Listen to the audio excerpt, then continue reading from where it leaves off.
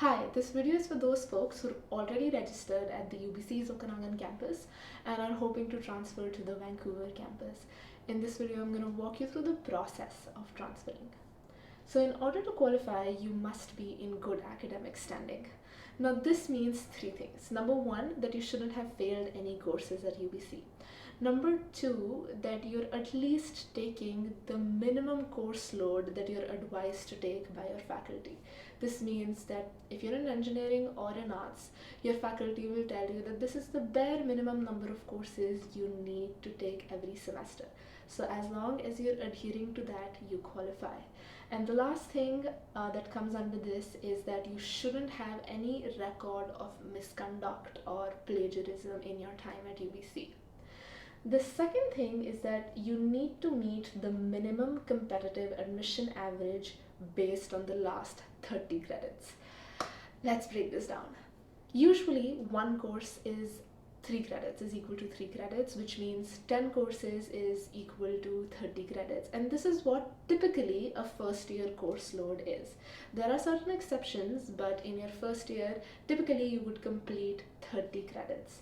So if you complete those 30 credits, the grades that you receive for those 10 courses would be taken into account when they're considering your application to transfer to another campus. For applicants who have fewer than 24 credits, they will be evaluated not only on those 24 credits, so not only on those 8 courses, but also some of their high school grades. For those who meet the 30 credit requirement, their high school grades will no longer matter. In addition to the qualifications I just mentioned, there may be several other requirements that a program may have. For example, I'm aware that SODR requires you to submit a one-sided interview. Some finance program may require you to submit a portfolio, and these components would be taken into account when considering whether to grant you admission or not. You should look into the website that I've linked in the description box to understand this process in detail. The website is also helpful in understanding the different sorts of elements that go into getting admission in the different programs available at UBC's Vancouver campus. So in summary, if you're hoping to transfer after completing 30 credits, which is typically after completing your first year, your grades for those first year would be looked at in addition to how you perform in any additional component that may be required to seek admission into your desired program. Similarly, if you transfer after completing your second year, then the grades that you receive in those 60 credits or 20-ish courses would be taken into account in addition to any other component you may be asked to submit. Now, if you choose to transfer after completing your third year at UBC's Okanagan campus, then things get a little tricky. The transfer process is capped at 60 credits, so only 60 credits that you've gained at UBC's Okanagan campus will more or less transfer to UBC's Vancouver campus.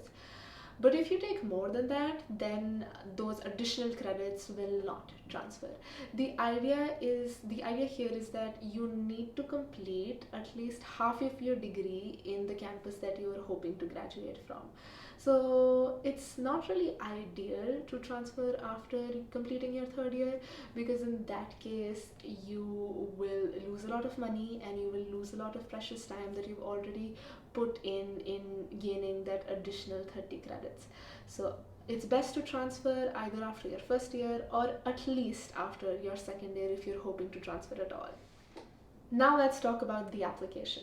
The application is relatively straightforward. Once you are admitted to UBC, either campus, you have access to our Student Service Center, which is popularly known as the SSC. The SSC is where you typically go for registering for your courses, withdrawing from your courses, paying your tuition, etc., etc. So in your Student Service Center, there's a tab called Registration, under which you can find an option which says Change of Degree Program / Campus. This is where you'd go and a form will pop out.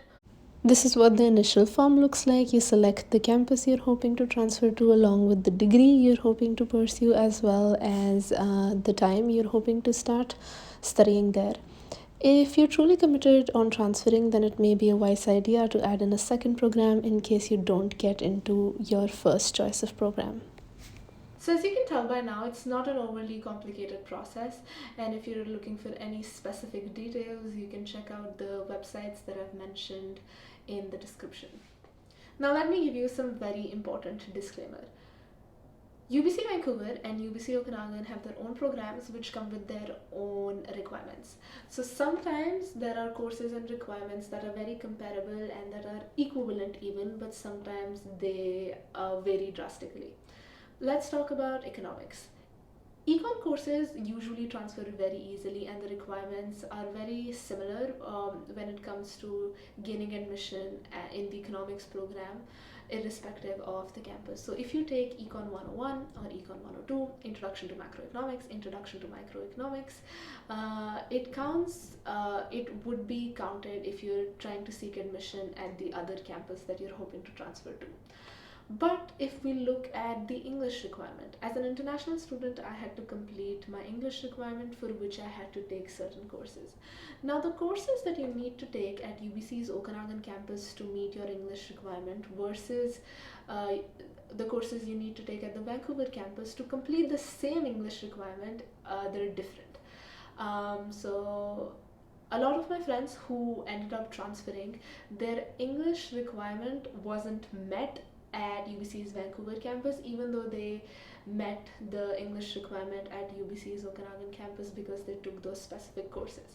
So this meant that they had to take a few additional courses, pay the fee of a few additional courses in order to meet that requirement. So there will be some nitty-gritties that you would need to look at into when you're considering transferring. And the best place to seek that help and to understand all of those requirements is academic advising. Academic advising is an office at UBC's Okanagan campus that provides services related to transfer and grades and credits, etc. So you schedule an appointment with them, you have a chat with them one-on-one, and they'll be able to tell you exactly the nitty-gritty of that is related to your program, to your specific degree, to the specific course that you're wanting to take at either of the campuses. Now let's get into some FAQs. How hard is it to transfer to the Vancouver campus? I've seen a ton of people successfully transfer to the UBC's Vancouver campus, so it's not unheard of, it's not atypical. That's good news for those of you who are hoping to transfer, and I think it comes down to two factors. One is the supply and demand, the second is your own academic average. So by supply and demand, I mean what kind of program are you hoping to get into?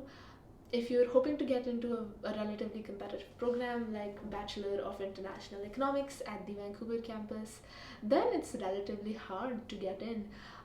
Just because this is an incredibly popular program, thousands of people apply every year, and it only has a 2% acceptance rate. So this just makes it relatively hard. Now the same would apply to computer science, arts, sociology, mechanical engineering. Supply and demand, right? How many seats are there and how many people are trying to grab one of those seats? The second, as I said, is your own academic average, which will determine how competitive you are as an applicant in comparison to all of the other folks that have also applied to seek admission. An academic advisor would usually be able to tell you what kind of average you should aim for when you tell them about what kind of program you're hoping to get in. So they have those records to tell you, okay, you need to maybe aim for a 75 or an 85 or a 90 if you want to get into maybe X or Y or Z program. Can you apply to change your degree program while transferring? Yes. What this means is that you can choose to transfer from the Bachelor of Arts program to the Bachelor of Arts program, or you can choose to transfer from the Bachelor of Arts program to perhaps the Bachelor of Science program. Having said that, this would only work as long as you have the prerequisites of a certain program. So if you've never taken a math course in high school, if you've never taken a math course in your first 1 or 2 years at UBC, then you probably will not be eligible to seek admission in the engineering faculty. So as long as you have the prerequisites, then you're able to change your degree program while transferring. Finally, it's important to note that these are the eligibility criteria and the processes and the conditions as of 2022. Things might change in the future, and you can find the most up-to-date information in the website that I've listed in the description box. And I know this was a lot of information, so if you want me to debug something for you, or if you have any specific questions, please feel free to leave them in the comments, and I'll see you next time.